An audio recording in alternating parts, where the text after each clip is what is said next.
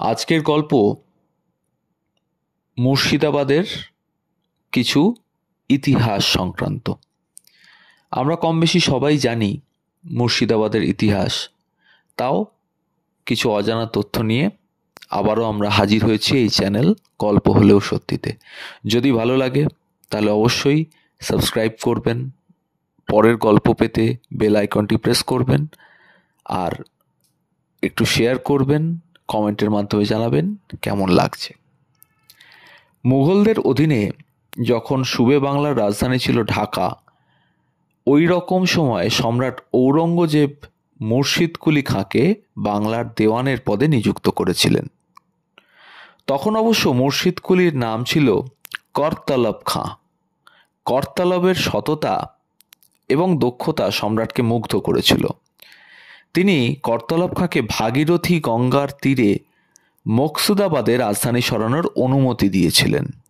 শুধু তাই নয়, তাকে মুর্শিদ কুলি খাঁ উপাধি প্রদান করেছিলেন সম্রাট ঔরঙ্গজেব। মকসুদাবাদের নাম পাল্টে মুর্শিদাবাদ করার অনুমতিও দেন তার সঙ্গে। ঔরঙ্গজেবের মৃত্যুর বেশ কিছু বছর পর 1717 সালে মুর্শিদ কুলি খাঁ ঢাকা থেকে মুর্শিদাবাদে বাংলার প্রাদেশিক রাজধানী সরিয়ে আনেন। তারপর ভাগীরথী দিয়ে অনেক জল বয়ে গেছে। বাংলার মসনদে বসেছেন সুজাউদ্দিন, সরফরজ খাঁ, আলীবর্দী খাঁ, সিরাজউদ্দৌলা।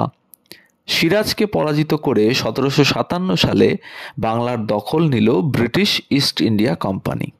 মীর জাফরকে নবাব বানালো তারা। তারপর মীর কাসিম নবাব হলেন, তারপর আবার মীর জাফর।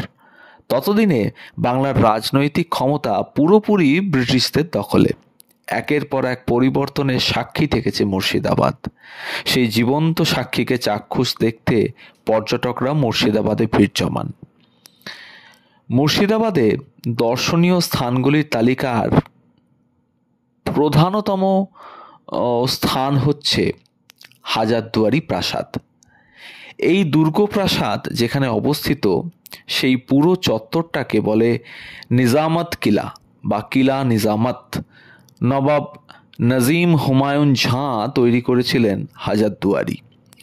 1829 সালে তিনি এই প্রাসাদকে ভিত্তিপ্রস্তর স্থাপন করেন। গোটা স্থাপত্যের রূপকার ছিলেন ডাঙ্কান ম্যাকলিওয়েড। দেখলেই বোঝা যায় এই প্রাসাদের স্থাপত্য শৈলী ইউরোপীয় ঘরানার। বিশেষ করে ইতালীয় রীতির সৌধগুলির সঙ্গে মিল প্রচুর। 1837 সালে মুর্শিদাবাদের প্রধান আকর্ষণ হাজারদুয়ারির নির্মাণ কার্য শেষ হয়। 41 একর জায়গা নিয়ে এই প্রাসাদ দাঁড়িয়ে আছে। 1000টা দরজা আছে বলে এর নাম হাজারদুয়ারি। অবশ্য দরজাগুলির মধ্যে 100টাই নকল। তবে চট করে দেখলে নকল দরজাগুলোকে চিহ্নিত করা বেশ মুশকিল। দেওয়ালের মধ্যে এমনভাবে কারুকার্য করা, বাইরে থেকে দেখলে হুবহু আসল দরজা মনে হবে। দুর্গ প্রাসাদে যদি হঠাৎ করে শত্রুরা আক্রমণ করে বসে, তাদের বিভ্রান্ত করার জন্যই নকল দরজাগুলো বানানো হয়েছিল। সাধারণভাবে প্রাসাদটি হাজারদুয়ারি নামে প্রচলিত হলেও হুমায়ুন ঝাঁ একে বড় কুঠি নামেই ডাকতেন। এখন ভারতীয় পুরাতত্ত্ব বিভাগের তত্ত্বাবধানে প্রাসাদটির মধ্যে জাদুঘর গড়ে উঠেছে।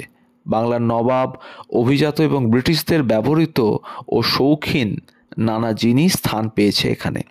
রয়েছে তখনকার আসবাব, বাসনপত্র, বিখ্যাত শিল্পীদের হাতে আঁকা ছবি, নবাবী আমলের বই, পুঁথিপত্র, যেমন আইনি আকবরীর পাণ্ডুলিপি এবং সোনা দিয়ে মোড়া কোরআন শরীফ। 2000-এরও বেশি অস্ত্রের সম্ভার আছে এখানে। তাই সময় পেলে যারা এখনো দেখেননি, তারা অন্তত একবার ঘুরে আসুন হাজারদুয়ারি, তৎসহ মুর্শিদাবাদের বিভিন্ন দর্শনীয় স্থান। গল্পটি ভালো লাগলে অবশ্যই কমেন্টের মাধ্যমে জানান, সাবস্ক্রাইব করুন, বেল আইকনটি প্রেস করুন পরের গল্পটি পেতে। ভালো থাকুন, ধন্যবাদ।